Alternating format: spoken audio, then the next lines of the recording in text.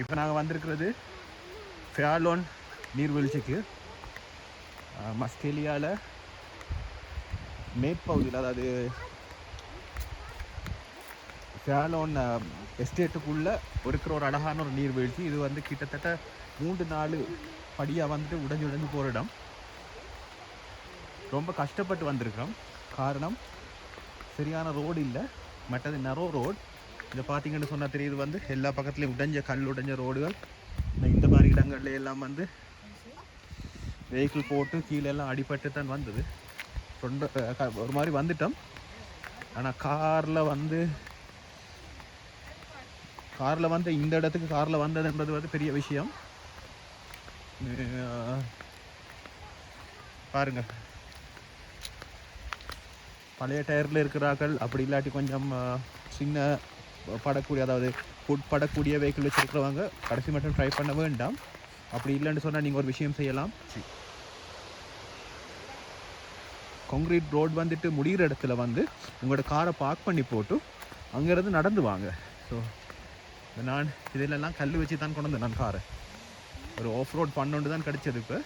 But அது fun இல்லை. அது உண்மைக்கு இன்னொரு காருக்கு வந்து வார்னிங் லைட் கூட வந்து சேதோண்டு பிரேக் பைண்ட் ஆனதா என்னென்னு தெரியல. நீங்கள் பாருங்கள், இதுதான் அந்த ஃபேர்லோன் அந்த அருவியில் தொடர்ச்சி.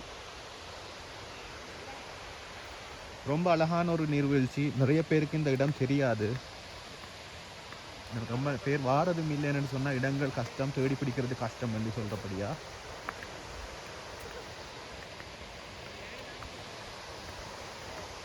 இப்போ நான் மணி 4:30. நான் நிறைய நேரம் நிற்க முடியாது. காரணம் உடைஞ்ச ரோடுன்றபடினால நான் இந்த இடத்த எப்படியாவது இருட்டு போடுறதுக்குள்ளே தாண்டிடணும். அதால் நான் கிட்ட போய் ஏரியா பார்த்துட்டு உடனே வலிக்கிற மாதிரி தான் பிளான் இருக்குது. சத்தம் கேட்கும் உங்களுக்கு.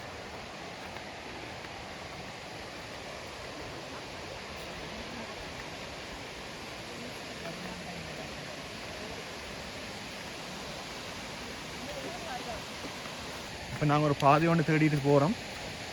ஒரு சரியான ஒரு பாதை இருந்தால் தான் அதில் இறங்கி போக முடியும். நீர்வீழ்ச்சி என்ன அழகாக தெரியுது.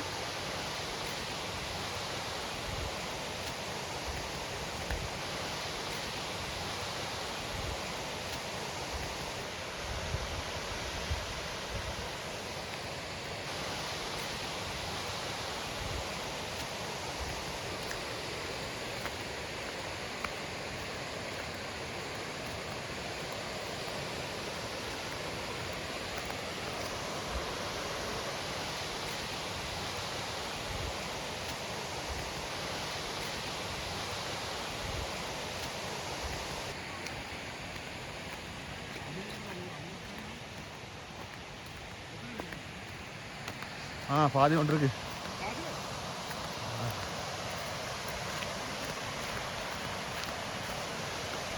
போய்கொள்ளலாம், பக்கத்து போயிட்டு வரலாம், பார்ப்போம்.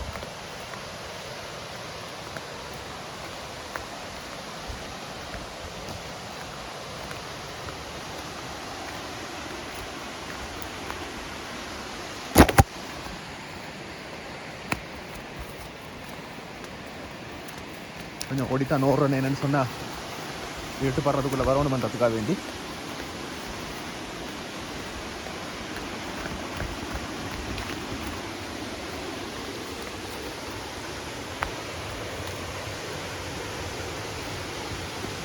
ரொம்ப ஒரு அழகான நீர்வீழ்ச்சி. இதில் என்ன சிறப்புன்னு சொன்னால், பெரிய ஒரு நீளமான இது உண்டு. இந்த இந்த நீர்வீழ்ச்சி நீளம்னு சொன்னால் நான் சொல்கிறேன், அந்த அகல அந்த விட்ட சொல்லல, ஒரு 500 மீட்டருக்கு மேலே வந்துட்டு இந்த தொடர் அப்படியே போயிட்டு இருக்குது.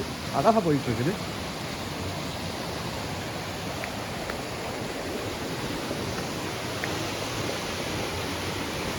ஃபேர்லோன் நீர்வீழ்ச்சியோட முதல் பகுதி இதுதான்.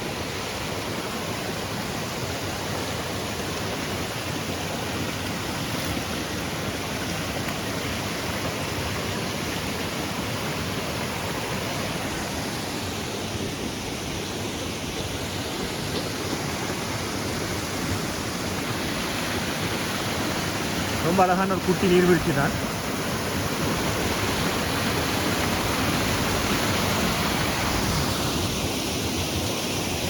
மேலே போயிட்டு பார்ப்போம். இதுதான் சொல்கிறது வந்து வாட்டர்ஃபால் கேஸ்கேடுன்னு சொல்லி ஒரு பகுதியாக உடஞ்சி இருக்கும். இது வந்து உண்மைக்கு சரியான உடைவு இல்லை. இது உண்மைக்கு வந்து பார்த்தீங்கன்னா 2ஆக தான் உடைஞ்சிருக்கு. அழகாகவும் இருக்கு. என்ன இங்கே நிறைய பேர் வராட்டியும் வாரவங்க எல்லாம் ஊத்தையை போட்டுட்டு போயிருக்கிறாங்க.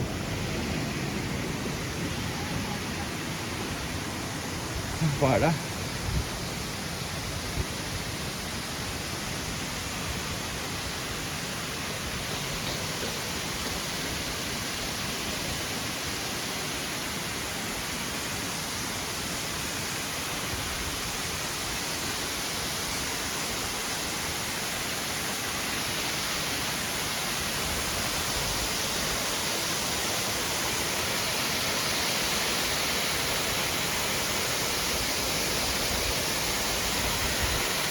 தண்ணி நிறைய வரும்போது பாருங்க எவ்வளோ அழகா இருக்குமென்னு சொல்லி.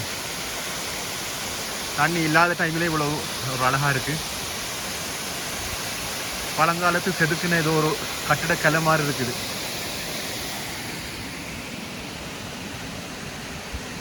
இந்த ஃபேர்லான் வாட்டர்ஃபாலை பார்த்தீங்கன்னு சொன்னால், இந்த ஃபேர்லான் நீர்வீழ்ச்சியை பார்த்தீங்கன்னு சொன்னால் ஸ்ரீபாத இல்லாட்டி வந்து சிவனொலி பாதம் மேலே ரிசர்வ் இருக்குது தானே, வாட்டர் ரிசர்வ் அதுலேருந்து தான் வருது.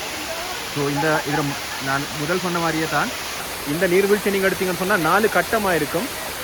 பட் ரொம்ப அழகானது. இந்த இந்த நான் நிற்கிற இடம் தான் வந்து ரொம்ப அழகு.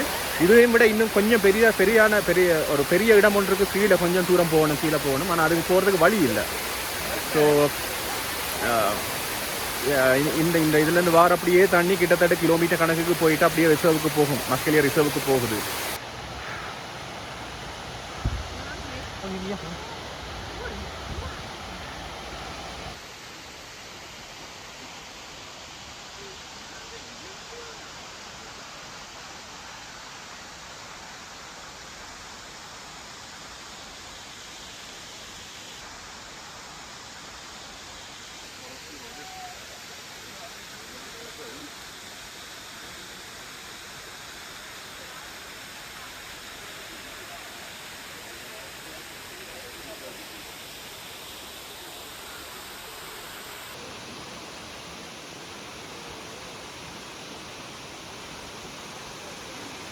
இதோட நான் இன்றைய தொகுப்பை முடிச்சு கொள்கிறேன். மீண்டும் ஒரு தொகுப்பில் நான் உங்கள் எல்லாரையும் சந்திக்கிறேன். இந்த நீர்வீழ்ச்சிக்கு போகிறது எப்படி, கீழே அதாவது கீழ் பகுதிக்கு வந்து வியூ பாயிண்ட்டுக்கு வரது எப்படி என்ற டீட்டெயிலெல்லாம் நான் கீழே வந்து டிஸ்கிரிப்ஷனில் பார்த்து நீங்கள் என்ஜாய் பண்ணுங்கள். ஸோ மீண்டும் ஒரு தொகுப்பில் நான் உங்கள் எல்லாரையும் சந்திக்கும் வரை நன்றி, வணக்கம்.